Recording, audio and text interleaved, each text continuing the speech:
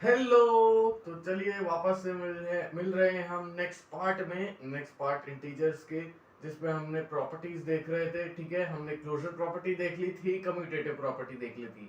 अब चलिए बढ़ते हैं हमारी नेक्स्ट प्रॉपर्टीज पर जल्दी से। तो चलो, Stars, I'm a fool for your love.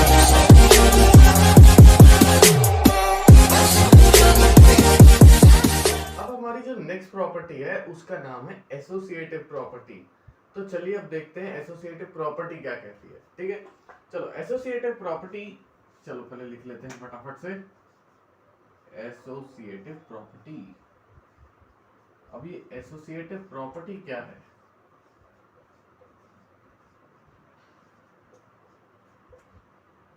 So associative property कहती है कि हम कोई भी तीन इंटीजर्स को अगर एक तरह से ग्रुप कर रहे हैं और उनका ऑर्डर बाद में बदल दे तो आंसर सेम ही आएगा, यानी कि एक इंटीजर ही आएगा, वही सेम इंटीजर आएगा। क्या कहना चाह रहा हूं मैं, देखते हैं चलो।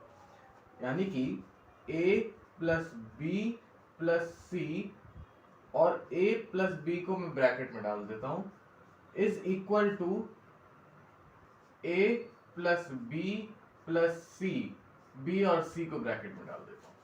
तो जब मैं ऐसे ग्रुपिंग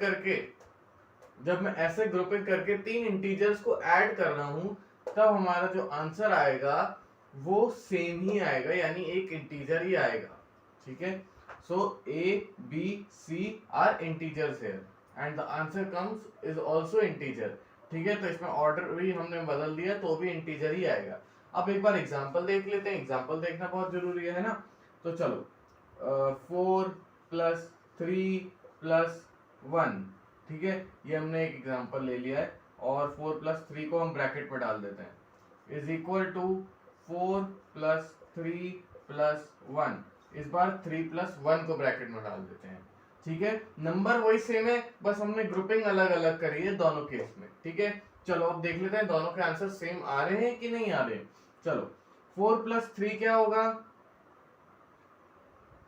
होगा, बताओ? 7। गुड, ठीक है। और फिर उसके बाद प्लस 1 और यहाँ पर 4। पहले हम ब्रैकेट सॉल्व करते हैं ना, तो हमने ब्रैकेट सॉल्व कर लिया। प्लस 3 प्लस 1 कितना होगा, 4। ठीक है, फिर उसके बाद चलो अब फटाफट से देखो, यहाँ पर 7 प्लस 1 कितना होगा, 8। और यहाँ कितना होगा, 4 प्लस 4, बिल्कुल सही, 8। तो हम क्या देख सकते हैं, दोनों तरफ सेम आंसर ही आएगा। हम कोई भी ग्रुपिंग कर लें और ऑर्डर बदल लें ग्रुपिंग का, तो भी आंसर सेम ही आएगा और आंसर क्या होगा, इंटीजर ही होगा। चलो, अब हमने पॉजिटिव इंटीजर्स देख लिए, अब दो तीन हम नेगेटिव इंटीजर्स भी डाल लेते हैं इसमें, है ना। चलो, तो नेगेटिव इंटीजर्स डालते हैं। अब देखो कौन सा नेगेटिव इंटीजर लें, -3 ले लेते हैं एक, और प्लस -2 ले लेते हैं। ठीक है, इन दोनों को पहले ब्रैकेट में डाल देते हैं, प्लस -1 ले लेते हैं। ठीक है, ये हमारे तीन इंटीजर्स हैं जिन्हें हम ऐड कर रहे हैं। चलो, और -3 प्लस -2 प्लस -1, इस बार हम ग्रुपिंग इन दोनों की कर देंगे। ठीक है, तो हमने यहाँ पर दोनों की ग्रुपिंग इधर उधर कर दी है, चेंज कर दी है। ठीक है, अब देखते हैं दोनों का आंसर सेम आएगा कि नहीं आएगा, दोनों का सेम इंटीजर आएगा कि नहीं आएगा। चलो फटाफट से देखते हैं। ठीक है, चलो, प्लस माइनस वो मैंने बॉक्स बनवाया था, याद है ना, फटाफट से वो बॉक्स देखो और बता दो। -3 -2 प्लस माइनस माइनस होता है। ठीक है, फिर उसके बाद फटाफट से फिर से ब्रैकेट में डाल दो, प्लस माइनस माइनस होता है फिर से, तो -1 लिख दिया। ठीक है, फिर उसके बाद -3 को -3 रहने दो, हम ब्रैकेट पहले सॉल्व करेंगे, तो ब्रैकेट सॉल्व कर लेते हैं फटाफट से। तो -2 प्लस माइनस क्या होगा, माइनस और 1, ये हमारा ब्रैकेट बन गया फिर से। ठीक है, चलो अब फटाफट से देख लेते हैं फिर से। अब यहाँ पर भी माइनस माइनस दे रखा है बॉक्स में, देखो और बताओ माइनस माइनस क्या होता है, बिल्कुल सही, ऐड होता है। तो फटाफट ऐड कर दो, 3 + 2 5। चलो 5, अब बट मैं 5 लिखूंगा, इसमें सबसे बड़ा नंबर कौन सा है, 3 है। 3 के बगल में कौन सा साइन है, नेगेटिव साइन है, तो नेगेटिव साइन लगा दो।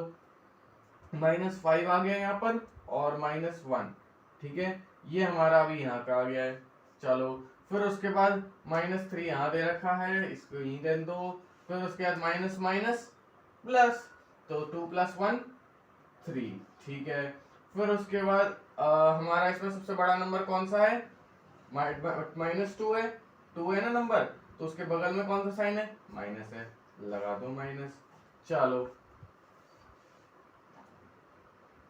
हाँ ठीक है। फिर उसके बाद अब हमें क्या करना है?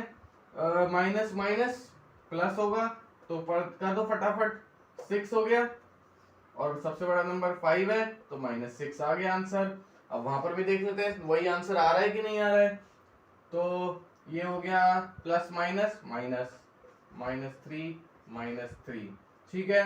फिर उसके बाद minus minus minus minus plus, तो 3 + 3 6 होता है, तो 6 लगा दो और माइनस आ जाएगा यहाँ। हो गया, दोनों का सेम आंसर हो गया, दोनों के सेम इंटीजर्स आ गए। तो हमने क्या बोला? अगर हम 3 इंटीजर्स को ऐड कर रहे हैं और उनकी ग्रुपिंग के साथ ऐड कर रहे हैं और बाद में ग्रुपिंग चेंज कर दें, तो भी आंसर सेम इंटीजर ही आएगा।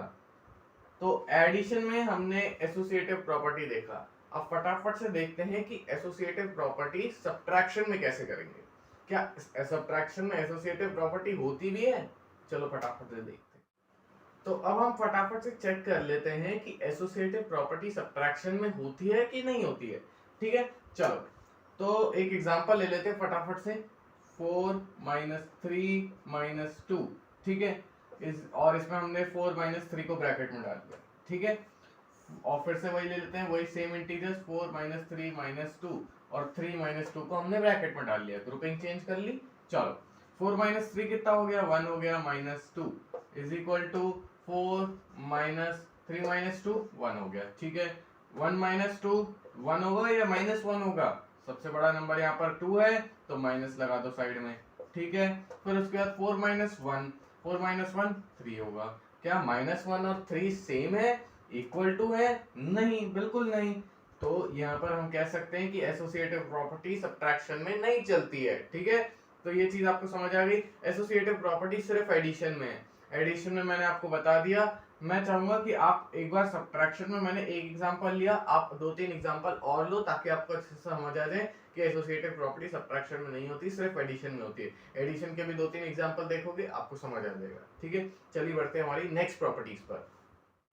सो अब हमारी लास्ट प्रॉपर्टी रही है अंडर एडिशन, जिसे हम कहते हैं एडिटिव आइडेंटिटी, ठीक है। अब एडिटिव आइडेंटिटी क्या कहता है कि किसी भी इंटीजर को, चाहे वो पॉजिटिव इंटीजर हो या नेगेटिव इंटीजर हो, उसको हम 0 से ऐड कर रहे हैं किसी भी ऑर्डर में, तो वो सेम इंटीजर ही आएगा, ठीक है। क्या कहना चाह रहा हूँ फिर से मैं एक बार इधर लिख के बताता हूँ, ठीक है। ए यानी कोई ए इंटीजर है, ठीक है, और वो पॉजिटिव इंटीजर हो नेगेटिव इंटीजर हो, कोई फर्क नहीं पड़ता। तो ये कोई भी इंटीजर ए है, उसको अगर हम 0 से ऐड कर रहे हैं या उसका ऑर्डर बदल दें, यानी 0 + a कर रहे हैं, जिधर हमारा फिर से a वही इंटीजर है, ठीक है, तो हमारा जो आंसर आएगा वो a ही आएगा। यानी ये वाला जो हमने इंटीजर लिया था वही सेम इंटीजर आंसर आएगा, ठीक है। एग्जांपल ले लेते हैं, ठीक है। सबसे पहले 4 + 0 कर लेते हैं, तो क्या आता है आंसर? 4 आता है। 4 हमारा इंटीजर है कि नहीं है? बिल्कुल सही इंटीजर है। या तो मैं 0 + 4 कर लूं, 0 + 4 करूंगा तो क्या आंसर आएगा? 4 ही आएगा, बिल्कुल सही। 4 हमारा इंटीजर है, तो 0 से हम कोई भी इंटीजर ऐड करेंगे तो सेम इंटीजर ही आएगा। क्या आपको मेरी बात समझ आ गई? चलो ठीक है। अब एक एग्जांपल फटाफट से और ले लेते हैं, नेगेटिव वाला, ताकि आपको अच्छे से समझ आ जाए कि हर केस में ये प्रॉपर्टी चलती है, ठीक है। चलो तो -10 - 0 सॉरी +0 हम ऐड कर रहे हैं ना 0 से, ठीक है। तो -10 + 0 तो क्या आएगा? सीधी सी बात, -10 ही आएगा। और अगर मैं 0 + -10 कर दूं तो क्या आएगा हमारा आंसर? चलो इसको सिंपलीफाई कर लेते हैं। मैंने बॉक्स बनवाया था आपका, प्लस माइनस क्या होता है? 0 - 10, तो 10 - 0 कर दो फटाफट से, तो 10 ही आएगा। 10 तो आ रहा है, बट इधर माइनस बड़ा, सबसे बड़ा 10 है नंबर, और उसके बगल में कौन सा साइन है? माइनस है। तो दोनों सेम है कि नहीं है? दोनों सेम इंटीजर आए कि नहीं आए? तो ये हमारी एडिटिव आइडेंटिटी थी, ठीक है। आई होप आपको ये एडिटिव आइडेंटिटी समझ आ गई होगी और एसोसिएटिव प्रॉपर्टी भी समझ आ गई होगी। यहाँ हमारा ये वाला पार्ट खत्म होता है, ये वीडियो खत्म होता है। नेक्स्ट पार्ट में मैं आपको मल्टीप्लिकेशन ऑफ इंटीजर्स के बारे में बताऊंगा और उसमें जो प्रॉपर्टीज होती हैं उनके बारे में बताऊंगा, ठीक है। तो अभी तक जो भी आपको समझ आया तब तक के लिए रिवाइज करिए, ठीक है। कोई भी डाउट आता है कमेंट सेक्शन में फटाफट से अपना डाउट डाल दीजिए, ताकि मैं फटाफट से आपका डाउट सॉल्व भी कर दूं, और या तो कमेंट सेक्शन में कर दूंगा या तो नेक्स्ट वाले पार्ट में कर दूंगा। तब तक के लिए लाइक कर देना वीडियो को, अपने फ्रेंड्स के साथ शेयर कर देना ताकि उनको भी बेनिफिट्स मिल सके इस वीडियो के, और अपना सपोर्ट बनाए रखना। थैंक यू, खुश रहे।